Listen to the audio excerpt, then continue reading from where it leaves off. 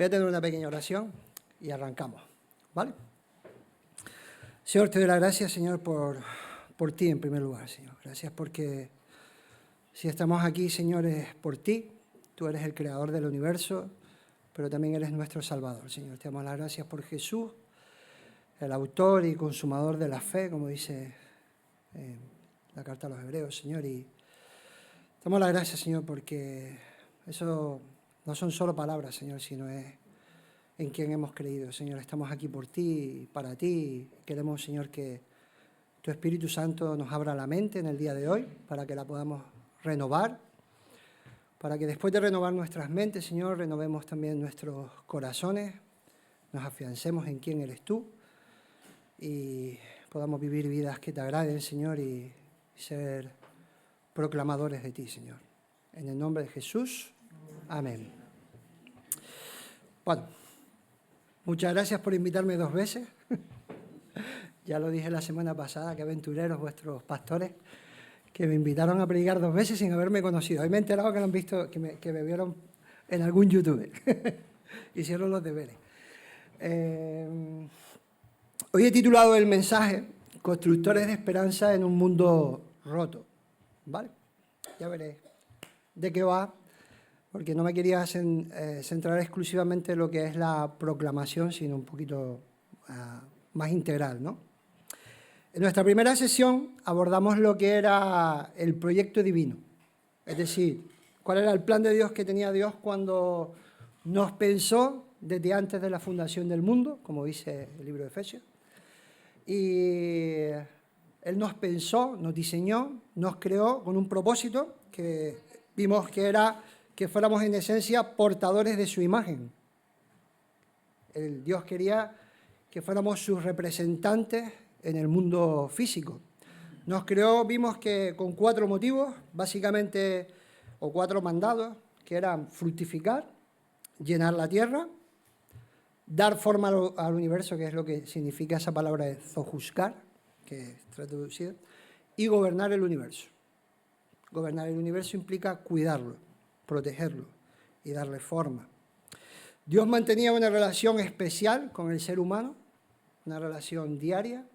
Cada día, nos dice la Escritura, que iba al encuentro de Adán y de Eva. Y eso nos da a entender que cuando fuimos creados, Dios nos dio, por así decirlo, los 2 ingredientes esenciales para la vida. Uno es su presencia y, en segundo lugar, su bendición, que se traducía en que vivían en un sitio bastante chachi, como decimos en Canarias, ¿no? Muy bueno, ¿no? O sea, ellos vivían en la abundancia, prácticamente, ¿no? Prácticamente no tenían... O sea, vivían una vida no sin esfuerzo, porque ellos se esforzaban, pero no les costaba, ¿no? O sea, todo lo que hacían, Dios lo prosperaba. Eso es recibir la bendición de Dios. Sin embargo, Satanás los engaña, ellos se dejan engañar y los enfoca en lo que les faltaba. ¿Qué es lo que le faltaba al ser humano? Según Satanás, ser igual que Dios y tener el conocimiento que Dios tenía. En el fondo es lo mismo, ser igual a Dios. Y Satanás lo hace básicamente diciéndoles una mentira que ellos se creen, una mentira acerca de Dios. ¿Qué es lo que pasa con Adán y con Eva? Que ellos creen esa mentira, comen del árbol del conocimiento, pasan el límite que Dios le había dado, Dios le había establecido ese límite, que es un poco el ejercicio de lo que se llama el libre albedrío, de darles libertad. Si no seríamos máquinas, si no tuviéramos libertad, no seríamos seres morales, seríamos máquinas que hacen lo que Dios le dice, ¿no? Sin embargo, ellos creen la mentira, traspasan el límite y vimos que se produce una ruptura en el corazón en el ser humano. Esa ruptura afectaba a 5 niveles, ¿no? En primer lugar, nuestra relación con Dios.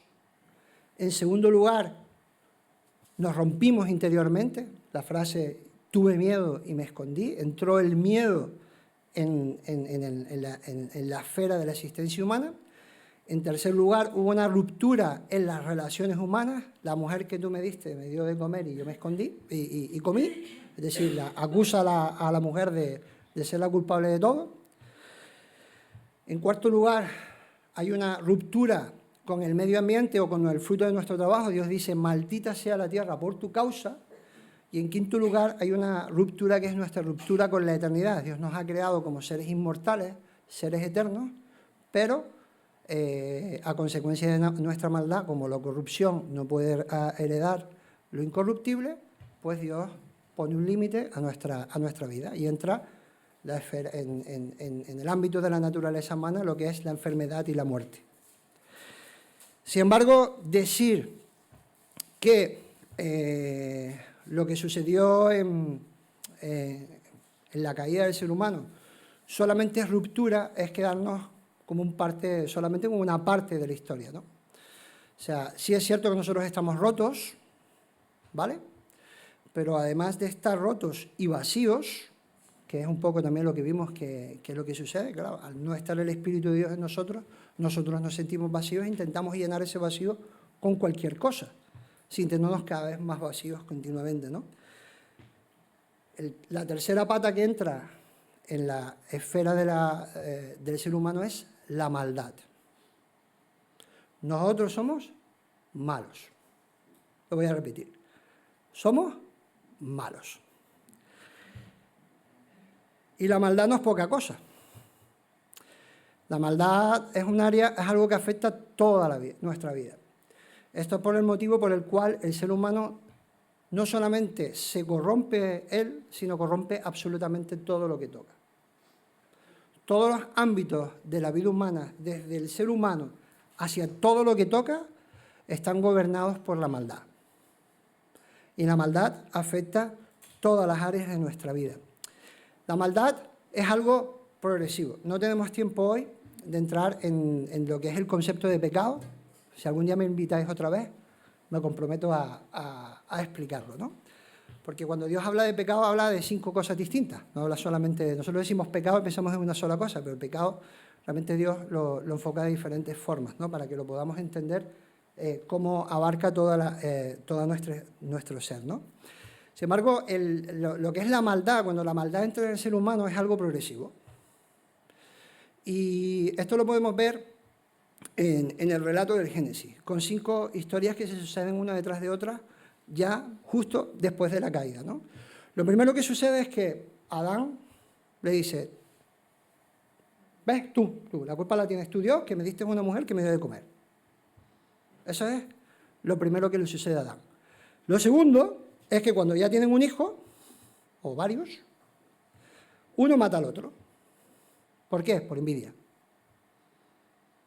¿Y por qué? Porque presenta un sacrificio a Dios en sus propios términos, a Dios no le agrada, y lejos de arrepentirse, ¿qué es lo que hace? Pues mata al hermano, al fruto de su envidia. En tercer lugar, pensando en el propio Caín.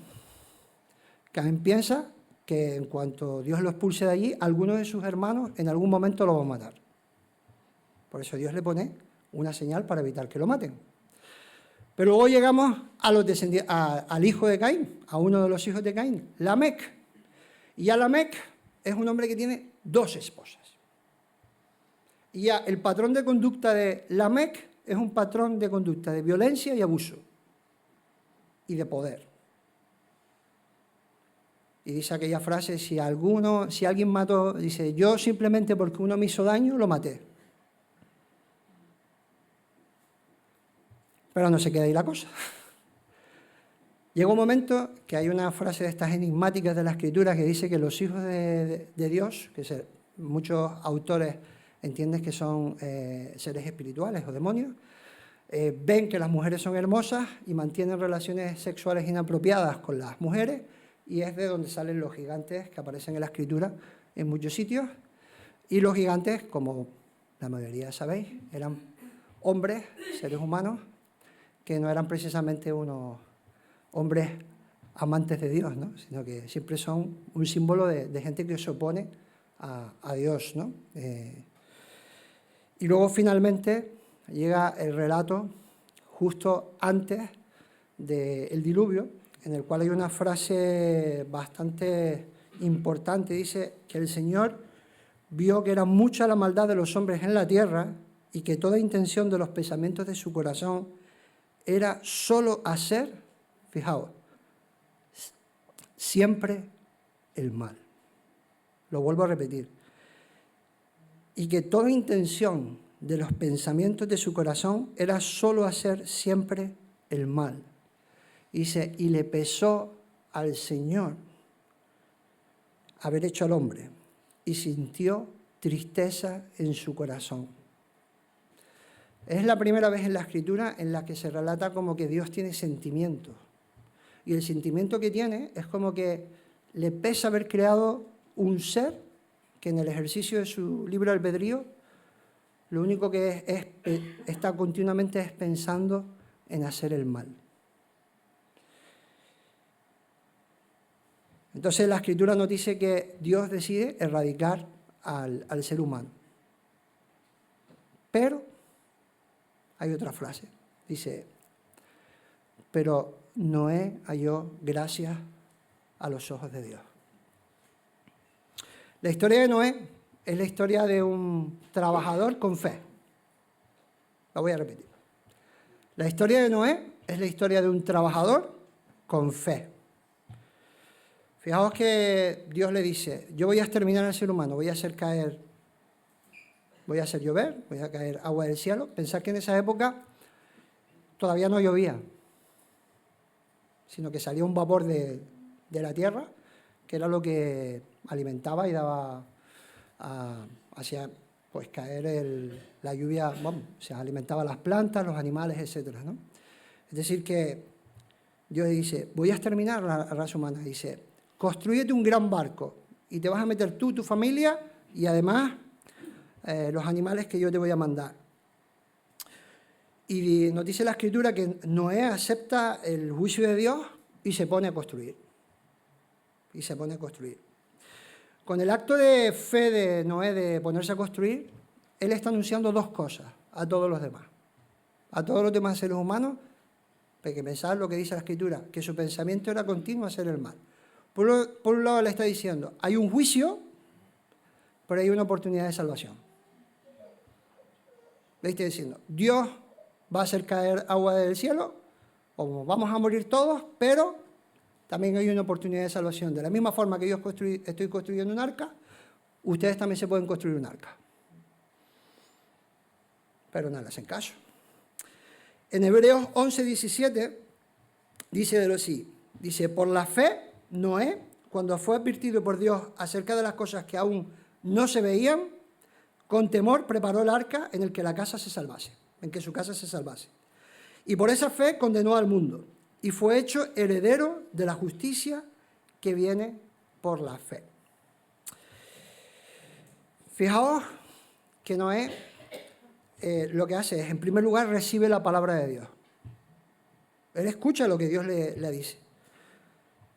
Dice, y aunque no lo había visto, aunque no lo entendía, nos dice que tuvo temor. Es decir, tuvo respeto por lo que Dios estaba diciendo.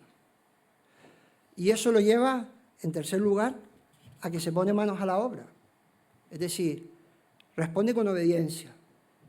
Dice, Dios me ha dicho que lo haga. Y con diligencia, lo hace. Y con acción. Y se pone a construir. Y con su acto de fe, anuncia el juicio de Dios. ¿Qué es?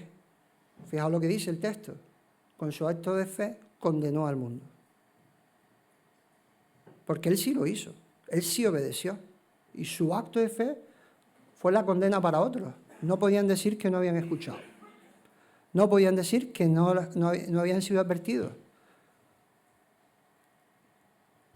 Y su acto de fe también fue un acto de salvación, tanto para él como para toda su familia, que es lo que nos dice el texto, que fue justificado, declarado justo por parte de Dios. El trabajo de Noé no fue fácil, ¿eh? El barco, si os pensáis, si miráis y lo traducís a metros, era un barco bien grande. Tuvo que dedicar muchos años a construirlo, mucho esfuerzo, mucha dedicación, mucho dinero. Fue un trabajo difícil, fue un trabajo ingrato, fue un trabajo costoso, fue un trabajo, por así decirlo, desalentador. Probablemente tuvo que luchar contra su propia familia, a la que tuvo que animar, es decir, Dios me lo ha dicho, porque Dios se lo dijo a él, pero no se lo dijo a su familia. Pensarlo. Tuvo que estar respondiendo muchas preguntas, muchas burlas. Imaginaos, ¿no? Cada 2 por 3 viniendo gente a ver qué es lo que estaba construyendo aquel loco en medio de la nada, ¿no? Y estar contando la historia continuamente. Y no es un ejemplo para nosotros. Pensad en el paralelismo con nuestras propias vidas como seguidores de Jesús, ¿no? Dios nos advierte de cosas que aún no se ven. ¿Cuáles las cosas que aún no se ven? Que un día va a haber un juicio, que el reino de los cielos se está acercando, que si no nos arrepentimos vamos a ir a la condenación eterna. ¿Suena? En segundo lugar, Dios dice que nuestra día a día debe ser una vida de temor. Nuestras vidas deben vivirlo. Dice, aquel que me quiera seguir, ¿qué dice la Escritura? Tome su cruz cada día y sígame. Nuestro trabajo debería ser para Dios. Dios que nos invita a construir arcas, no a construir torres. Recordad lo de la semana pasada. ¿A qué se dedicó la gente de Babel? A construir una torre en el cual hacerse un nombre. Pero nuestra vida, ¿qué es? Para de gloria a Él, para su nombre, para el de Él. Porque no hay ningún otro nombre dado en los cielos en el cual podamos ser salvos, solamente en Él. Solamente en Él. Pero también el arca trae salvación. Cuando nosotros seguimos a Jesús, ¿qué obtenemos? Vida nueva y vida eterna, y vida abundante. El arca es un símbolo de esperanza y es un símbolo de salvación. Y nosotros los creyentes somos llamados a construir arcas y a construir esperanza en la vida de los demás. ¿Cómo? Es lo que vamos a ver ahora. Pensad en nuestra sociedad actual. Si miráis las noticias de estos días, los que somos empresarios ya estamos temblando ya, o los que nos dedicamos al mundo de las finanzas, ¿no? La verdad que vivimos en un mundo que está lleno de incertidumbres, de cambios, estamos muy pesimistas, estamos abrumados por el pesimismo continuamente.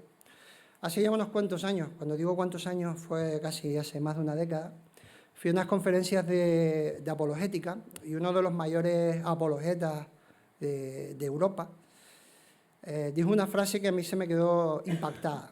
Dice, Europa, si hay una cosa que necesita Europa es esperanza. Porque toda nuestra sociedad, sobre todo la europea, gira en torno al pesimismo. O sea, esto es parte de nuestra filosofía, de nuestra historia. Somos extremadamente pesimistas, ¿no? Y todo el sistema que hemos construido de pensamiento, de creencias, de gobierno, etc., no invita a la esperanza, todo invita siempre a vivir con miedo, a vivir desalentados, ¿no? Pero ¿cómo podemos proclamar o construir esperanza, ¿no? Yo os he puesto 3 puntos, ¿no? O que me gustaría sugeriros 3 puntos. Uno es creyendo, en segundo lugar es trayendo y en tercer lugar es siguiendo. En primer lugar tenemos que creer. Tenemos que creer que Dios quiere, puede y hace y cambia y transforma vidas. Cuando Jesús habla con los saduceos, que no creían que había resurrección, les dice, mira, estáis equivocados. Y les dice, estáis equivocados por 2 motivos. Estáis equivocados porque ignoráis las Escrituras. Y es cuando le dice que Dios es Dios de Abraham, Jacob y Isaac, que Dios no es un Dios de muertos, sino de vivos. Dice, pero también ignoráis el poder de Dios. Y lo vuelvo a repetir. Ignoráis las Escrituras e ignoráis el poder de Dios. Y muchas veces nosotros conocemos las Escrituras, pero ignoramos el poder de Dios. Y tenemos que creer que Dios tiene poder, que Dios quiere, que Dios puede, evidentemente es Dios, pero además Dios lo hace, que Dios cambia vida. Y eso un poco lo veremos más adelante, ¿no? En segundo lugar, tenemos que traer a Jesús a los lugares donde invertimos nuestra vida. ¿Dónde invertimos nuestra vida? Os voy a poner una.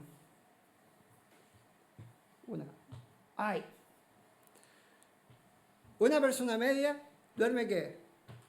8 horas al día. Bueno, eso es lo que dicen. O como pongo que si Netflix, TikTok, YouTube o la serie de turno nos lo impide. Otras 8 horas trabajando, se supone, si el gobierno no lo cambia a 6 horas. ¿Vale? Otras 2 horas de media de transporte, luego ya, si los ferrocarriles no te lo impiden. Y estás más tiempo. 45 minutos en redes. Eso es un chiste. Eso es la media entre nuestra abuela y los adolescentes. ¿Vale? O sea, mi madre puede pasar unos 10 minutos al día, pero los adolescentes pasan 4 horas. O sea que, y nosotros también unas cuantas. 1 hora en tareas domésticas. Bueno, si no eres mujer y no eres madre. ¿Vale? 1 hora entrenando, yo no, pero otro sí. Y el resto, 3 horas 15 minutos de un día de 24 horas, lo pasamos en otro tipo de actividades, ¿no? Relaciones humanas, familia, etc. Vamos a dejarlo corramos un tupido velo sobre este último aspecto, ¿no? La cuestión es que de todos esos sitios donde más invertimos tiempo con personas, en el trabajo. En el trabajo es donde compartimos nuestra vida. Básicamente. El trabajo tiene muchos nombres. El trabajo no solamente es donde inviertes tu vida cobrando, ¿vale? Porque un jubilado también trabaja, ¿eh? Y una ama de casa, a ver que me diga que una ama de casa que no cobra, no trabaja, me lo como. Porque mi madre ha trabajado como una burra toda su vida. Más que mi padre, que mi padre trabajaba mucho. Porque mi padre se iba por la tarde por ahí, pero mi madre estaba trabajando todavía. Pero eso es el lugar, ¿no? A donde debemos traer esperanza es, pues, al sitio donde invertimos nuestras vidas, nuestras relaciones. El trabajo, los clubes, las relaciones, la iglesia, nuestra familia. Ahí es donde tenemos que traer esperanza. Es el lugar donde se construye la esperanza, ¿vale? Donde se construyen los arcas. ¿Pero cómo? Pues aquí el ejemplo es Jesucristo. Y voy a poneros, me gustaría leer 2 pasajes de la Escritura que están en Lucas 9:11. Dice, pero cuando la gente se dio cuenta de esto, es que se había ido, le siguió. Y dice, y Jesús, recibiéndolos, les hablaba del reino de Dios y sanaba a los que tenían necesidad de ser curados. El texto paralelo de Mateo es como un poquito más amplio. Dice, y recorrió Jesús toda Galilea, enseñando las sinagogas de ellos y predicando el evangelio del reino y sanando toda enfermedad y toda dolencia en el pueblo. Y se difundió su fama por toda Siria y le trajeron todos los que tenían dolencias, los afligidos por diversas enfermedades y tormentos, los endemoniados, lunáticos y paralíticos, y los sanó. Hay 4 principios que podemos aprender de Jesús. Si os fijáis en los evangelios, Jesús siempre hacía 4 cosas. De formas diferentes, pero siempre eran las mismas 4 cosas. Jesús recibía a las personas, Jesús predicaba el Evangelio, Jesús sanaba toda enfermedad, es decir, traía sanidad a un mundo roto, y Jesús echaba fuera demonios, es decir, traía liberación espiritual. Vamos a entrar en estos 4, que es un poquito el propósito de hablar de lo que es construir esperanza, ¿no? En primer lugar, Jesús recibía a todas las personas de una forma continuada. Cuando se nos relata, se utiliza esta palabra recibir en la Escritura, nos dice, hay una palabra que es apodekomai, que si lo consigo decir otra vez, pues apodekomai, ¿vale? Que no es tanto como recibir, porque tú cuando recibes a alguien dices, hola, ¿qué tal? ¿Cómo estás? No, eso no es recibir. Recibir tampoco es, tolero tu presencia aquí conmigo, bueno, no me queda más remedio que atenderte, pues mira, más, ¿qué va? No. Recibir implica acoger con buena disposición, aceptar con agrado, alegrarte de que la persona haya venido, ¿no? Es estar dispuesto a abrirte al otro con buena disposición. Es recorrer la distancia que hay entre yo y el otro, pero de buena gana. No porque no me queda más remedio, que es bastante diferente, ¿no? Fijaos, cuando los fariseos acusaban a Jesús, ¿qué le decían? Este con los pecadores recibe y con ellos come. Comer con una persona es el mayor acto de hospitalidad que hay. Cuando tú abres tu casa o te vas a casa de alguien y comes, es el mayor acto de intimidad. En la cultura oriental, comer era una de las cosas más importantes que existía, porque era cuando tú te abrías a las personas dabas tiempo para que las personas, tú comías con las personas que considerabas que dignas. Y cuando Jesús recibía y comía con las personas, ¿qué es lo que estaba diciendo? Os considero dignos. Fijaos que Jesús recibe a todas las personas, pero no les exige que cambien a priori. Es decir, las recibe. Pensad en la escena en casa de Simón el fariseo. Jesús es invitado a comer, él va a comer, ¿y qué es lo que recibe por parte de Simón? Desprecio, falta de hospitalidad, pero Jesús se deja hacer. En cierto sentido lo estaba recibiendo, de buena gana, porque mira que aguantar un maleducado, todos nos hubiéramos levantado y nos hubiéramos ido. Pero luego viene una mujer y se tira, se arroja a los pies. Simón automáticamente piensa, mira, este si supiera que, si fuera un profeta, sabría qué clase de mujer. Jesús lo sabía. Sin embargo, se deja hacer. Es decir, la recibe igualmente. Esto nos da una lección importante. Nosotros cuando recibir a los demás no es para qué. Es porque son portadores de la imagen. Lo vuelvo a repetir. O sea, no hay un objetivo a la hora de recibir una persona. Yo no recibo a las personas, o no debemos recibir a las personas para que cambien. Las recibimos porque son dignas de ser recibidas, porque portan la imagen de Dios. Y esto cambia todo. Porque esto es lo que nos dice la Escritura, que no hagáis el qué, acepción de personas. Esto es lo que provocó que en la iglesia primitiva, en una casa, se sentara un pater familias romano y un esclavo en la misma mesa, a esta mesa. Y eso lo cambió todo. Cambió un imperio. Probablemente uno de los imperios más violentos y más abusivos de la historia de la humanidad. Los trabajos, los lugares de trabajo, son lugares donde lo que hay es confusión, competitividad y soledad. Hay gente rodeada de gente, pero que está sola y que son abusados. Y es un lugar de mucho conflicto interpersonal.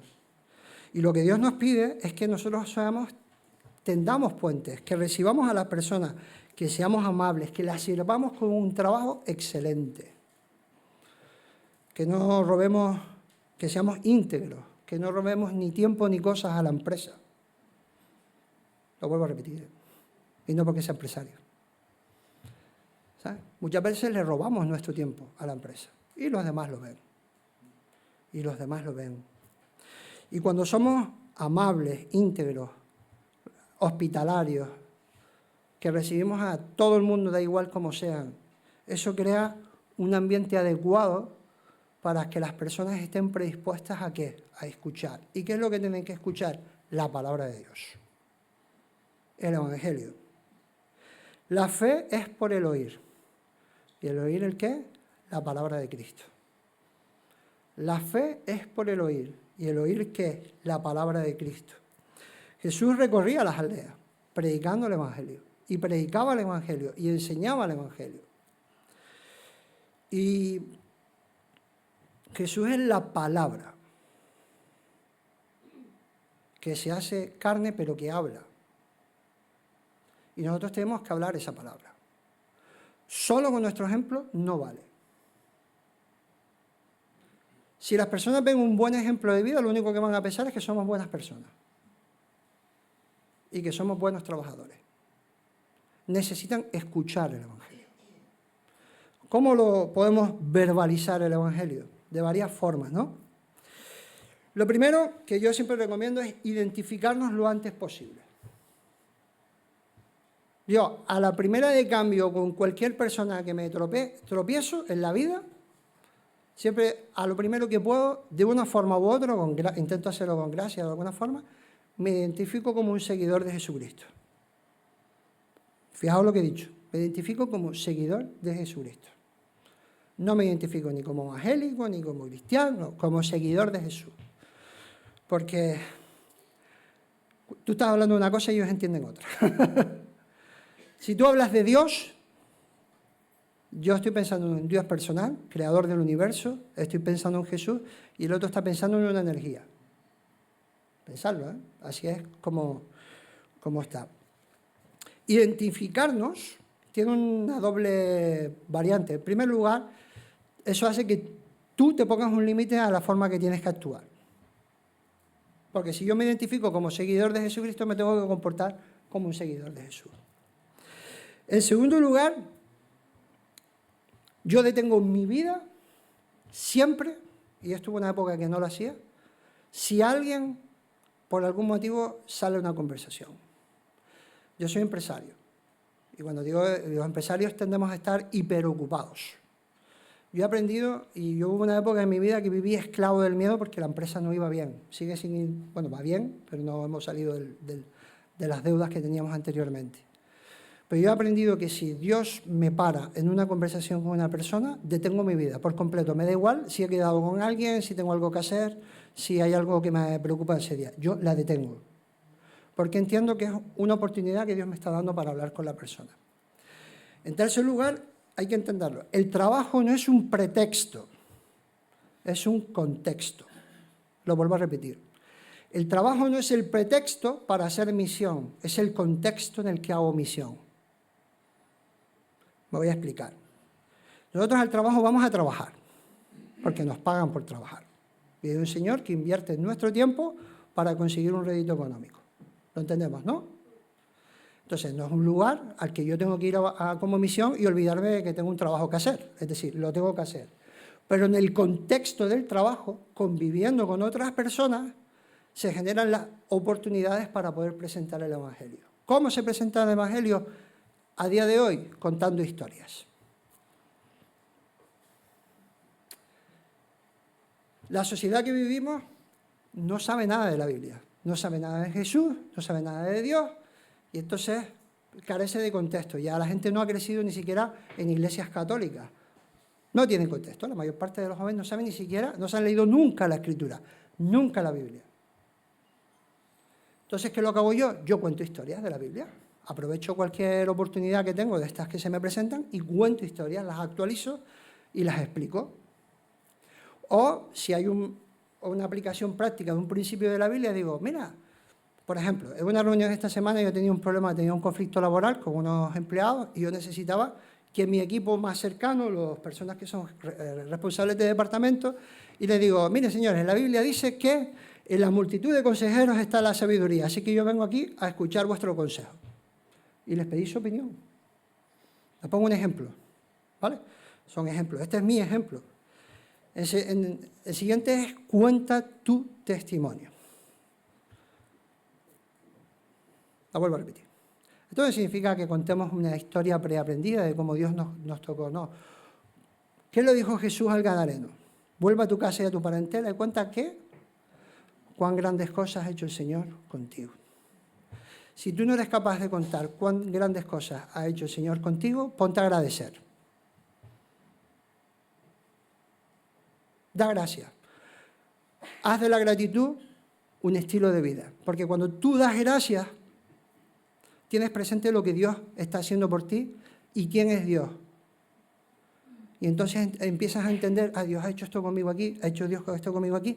¿Y sabes qué? De la abundancia del corazón, ¿qué? Habla la boca. Cuéntate tu testimonio. Vivimos una generación, nuestra generación no se preocupa por qué es la verdad. ¿Por qué? Porque han nacido en un mundo relativista en el que dicen que todo es verdad. Entonces, ponerte a discutir si es la verdad o no es la verdad, da igual, es que no lo pueden entender. No es que no quieran, es que no pueden.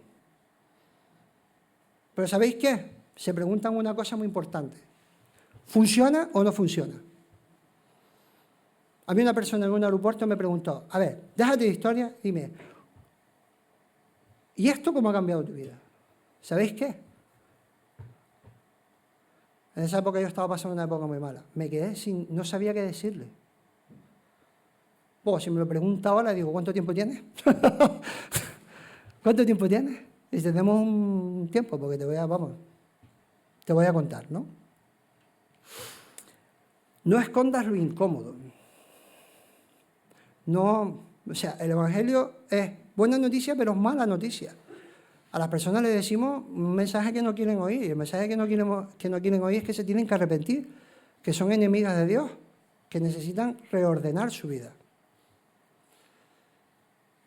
Contar la verdad es contar la verdad.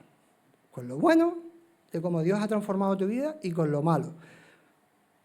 Pensad en la mujer samaritana. La mujer samaritana cuando va a Sicar, al pueblo, ¿qué es lo que dice?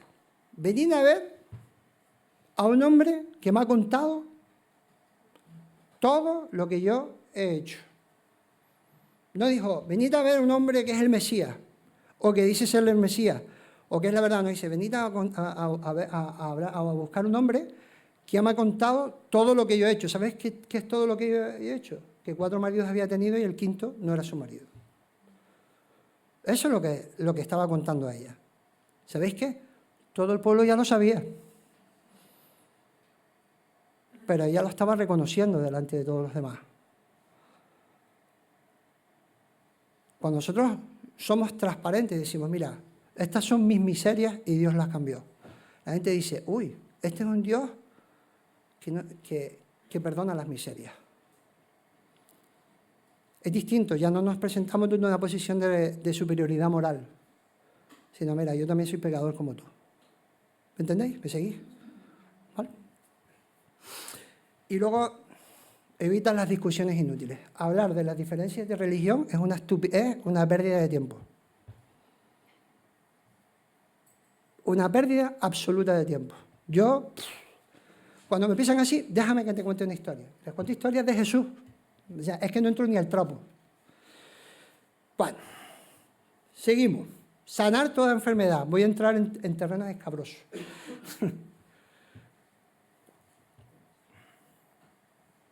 De cierto os digo, el que en mí cree, las obras que yo hago, él las hará también. Y aún mayores hará, porque yo voy al Padre. La clave de este texto está en cómo termina. Dice, yo voy, ¿a dónde? Al Padre. Jesús murió en la cruz. Con su muerte en la cruz, cumplió el castigo por nuestra maldad. Pero Jesús resucitó. Dice la palabra que es el Espíritu de Dios el que lo resucita de los muertos. El Espíritu Santo es el que lo resucita de los muertos. Y con su resurrección vence la muerte. Y lo que hace es una demostración universal, y sobre todo al ser humano, que somos los que no lo vemos, de que Él tiene poder para vencer la muerte. Y sobre todo para traer vida y vida en abundancia. Pero fijaos lo que dice, Jesús dice, yo voy a enviar al Espíritu Santo. Y Él os dará, ¿el qué? Poder. Porque no me avergüenzo del Evangelio, porque es, ¿el qué? Poder de Dios para salvar. Y comienza la expansión del Evangelio, ¿no?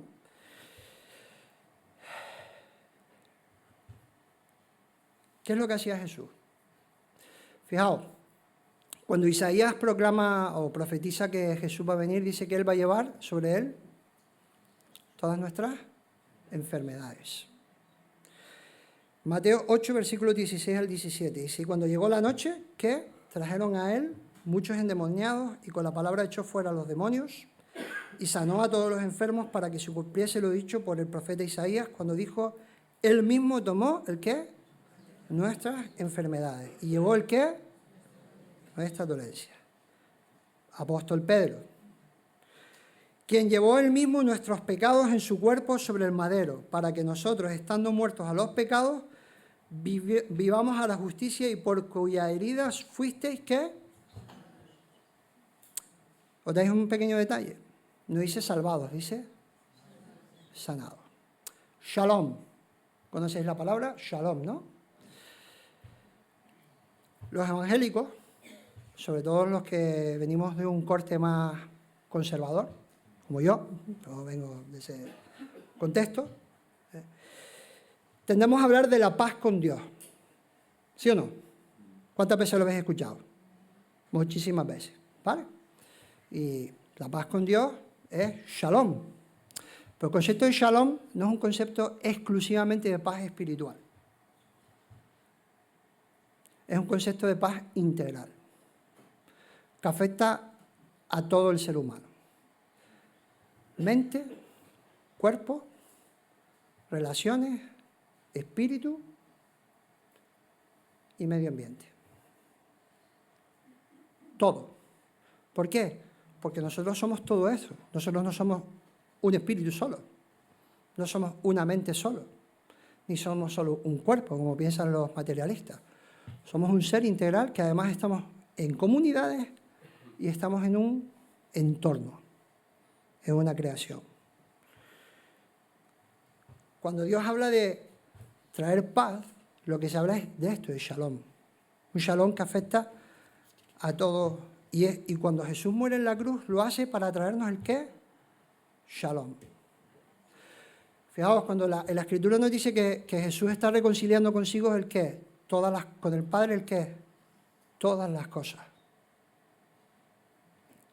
Dios no solamente está reconciliando nuestro espíritu con Dios, está reconciliando con Él todo el universo. ¿Cuál es nuestro versículo favorito? ¿Cuál le enseñamos a todos los niños? De tal manera amó Dios al mundo. Vale, ¿sabéis que la palabra mundo no es ser humano? Es cosmos. Realmente debería traducirse de tal manera amó Dios el universo o el cosmos, de forma que todo aquel que en él crea no se pierda, más tenga vida eterna, ¿no? Que ha entregado a su Hijo.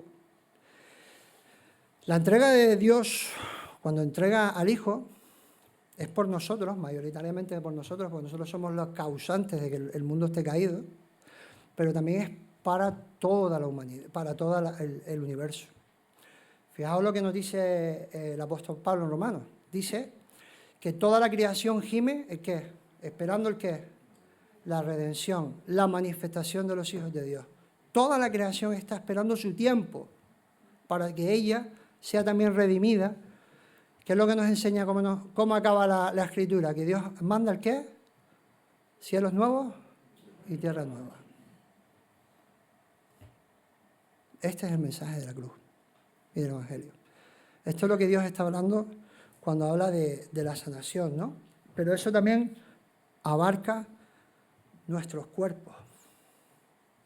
Y una parte muy importante del ministerio de la Iglesia, de Jesucristo, de todos los creyentes, es traer sanidad.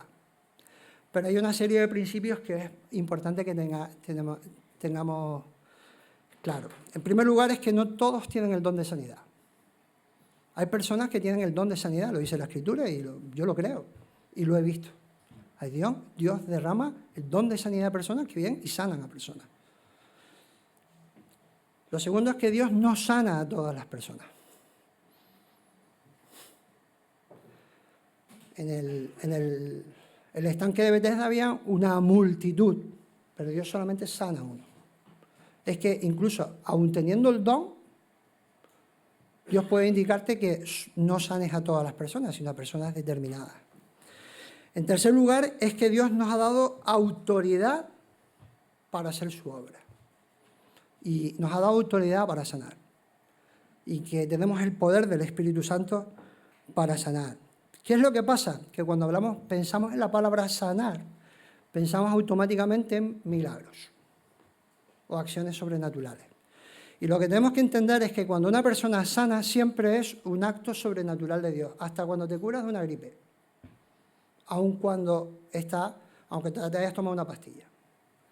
Cuando Dios nos invita a sanar, lo que hace es que nos lleva a situaciones en las cuales nosotros podemos traer sanidad a la vida de las personas.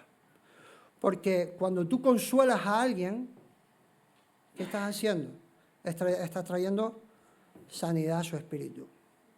Cuando tú ayudas a una persona, cuando tú inviertes tiempo en un barrio que está mal y al final hay cambios en ese barrio, Dios está sanando ese barrio. Cuando tú trabajas en mejorar tu ambiente laboral en el trabajo, ¿qué estás haciendo? Sanando relaciones. Hay muchas formas de sanar. Y Dios nos invita a que nosotros cuando vayamos a los sitios traigamos sanidad a las personas. ¿Cómo? En el poder del Espíritu Santo. Con el poder del Espíritu Santo. Porque tenemos que tener fe y tenemos que creer que Dios quiere, puede y lo hace. Y luego ahora nos vamos a meter en el último tema, en el más escabroso de todos, en el que menos se habla en nuestra iglesia, que es echar fuera demonios. En nuestras iglesias no se habla de esto, en la mayoría. Pero mi experiencia personal, y os lo digo así, es que hay demonios. Y cuando ves a alguien que quiere, no siendo esa persona, sino otra cosa, hablando a través de él, dice, todo lo que dice la Biblia es verdad. Y es así. Jesús dice, Pablo dice en Colosenses, dice que Él nos libró del dominio, el Padre nos libró del dominio ¿de qué? De las tinieblas. Y nos trasladó al reino ¿de qué? De su amado Hijo, ¿no? En que tenemos redención, el perdón de los pecados. Él es la imagen del Dios invisible, el primogénito de toda la creación.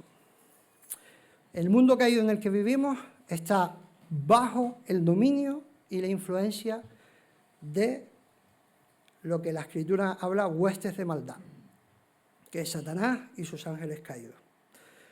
Todo, gobiernos, personas, trabajos, empresas, todo está absolutamente bajo la influencia y el gobierno de Satanás. Esto no quiere decir que Dios no sea soberano, pero eso es lo que enseña la Escritura.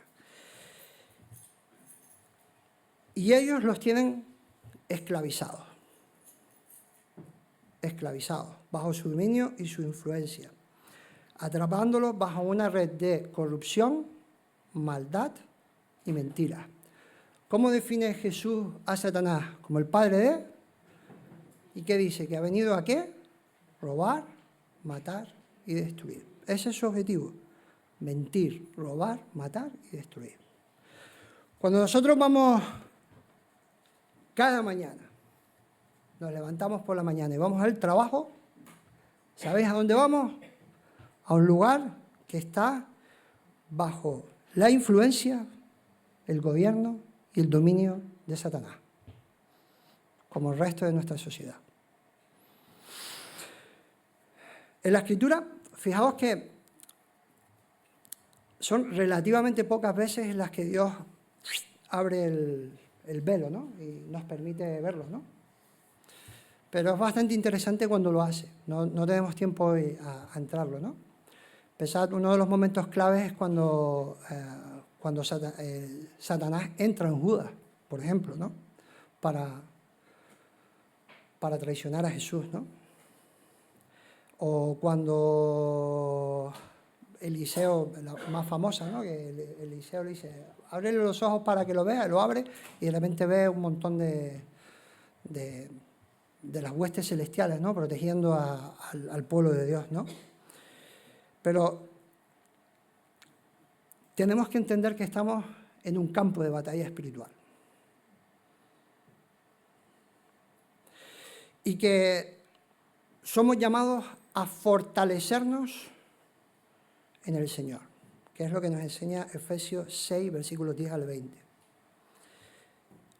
Tenemos que fortalecernos, tenemos que revestirnos de la armadura de Dios. No tenemos tiempo en entrar en esto, ¿no?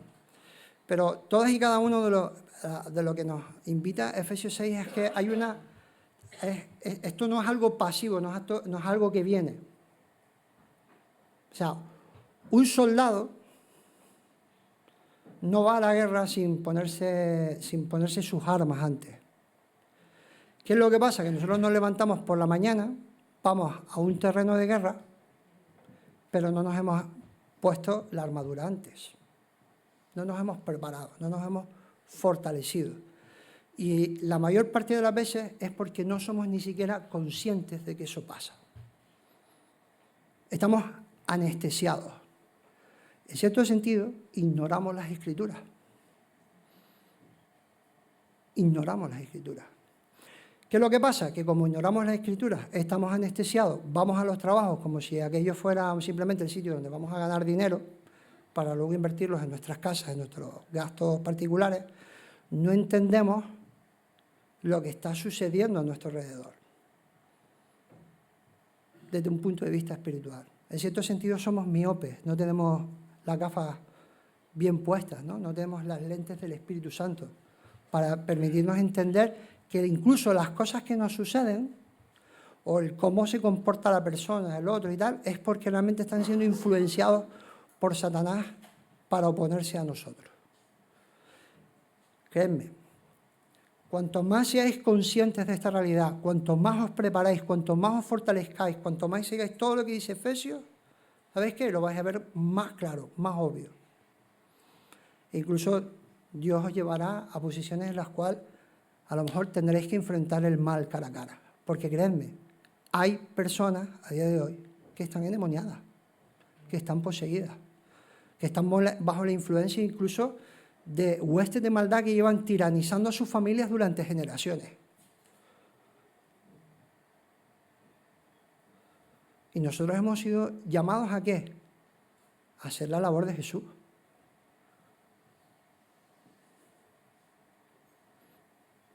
Hemos sido llamados a proclamar el Evangelio, pero llegado el momento, pues a lo mejor nos toca. Fijaos que cuando en la Escritura se habla del don de sanidad, pero no se habla del don de echar fuera demonios.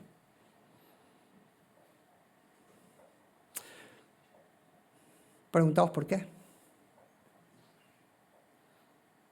Porque es más, porque llegado el punto cuando somos fieles al Señor, cuando proclamamos la verdad, vamos a sufrir oposición espiritual. Y llegará momentos en nuestra vida que vamos a tener que enfrentar el mal cara a cara. Y ahí lo único que tenemos que recordar es que lo hacemos en nombre de ¿quién? De Jesús. Y para esto la oración es clave. ¿Qué le dijo Jesús cuando descendió y no pudieron echar a los demonios? Dice, esta clase de demonios solamente sale ¿cómo? Con oración y ayuno. Y ahora voy al ayuno. ¿Cuántos ayunáis? A mí me cuesta horrores, ¿eh? A mí me cuesta horrores. Practicar el ayuno. Ancianos, ¿quiénes son los ancianos? Levantad la mano. O los que habéis sido ancianos de esta iglesia. Benjamín, ¿eh? Jonathan. Tenéis que hablar más del ayuno. Es una disciplina espiritual, esto va para vosotros, ¿eh? Es una disciplina espiritual esencial en la vida de la iglesia. Se tiene que practicar y enseñar. Solamente se hace pelea espiritual ayunando. ¿Qué es lo que hacía Jesús? Ayunaba, ¿no? ¿Qué es lo que hacían Pablo y Pedro? Ayunaban.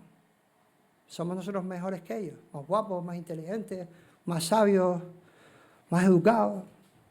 No. ¿Nos hemos olvidado de qué? De las Escrituras. Solamente podemos construir esperanza en nuestro ambiente de trabajo siguiendo el ejemplo de Jesús, recibiendo a las personas, hablando el Evangelio, predicando el Evangelio, viviendo el Evangelio, siendo agentes de sanación, es decir, siendo personas que procuran traer sanidad a todas las personas que están a su alrededor. No necesitamos tener el don para ello. Y peleando la batalla espiritual para liberar a las personas de su esclavitud. Porque a veces lo que les impide aceptar a Jesús es que están atados. Y Dios nos ha... Fijaos que en el contexto de la Escritura, de personas, de creyentes, a los que habían que meter en disciplina, Jesús dice, lo que atéis en los cielos será atado en los cielos, lo que desatéis en la tierra será desatado. Y luego dice, os digo que si dos de vosotros, en ese contexto, si dos de vosotros se ponen de acuerdo sobre cualquier cosa que pidan aquí en la tierra, les será hecho por mi Padre que está en los cielos. Pensad en el contexto en el cual lo está diciendo. Lo está diciendo en el contexto de personas que no están recibiendo, que están en pecado y que están siendo cabezones hasta el punto de tener que ser echados de la iglesia porque son de mal testimonio. Pensad, ese es el contexto en el cual Jesús dice esto. Que a veces tenemos que entender el contexto de las palabras. O sea, ¿qué más necesitaban esas personas que ser liberados espiritualmente? Pues Dios dice, poneos de acuerdo para orar. Que el Señor bendiga su palabra.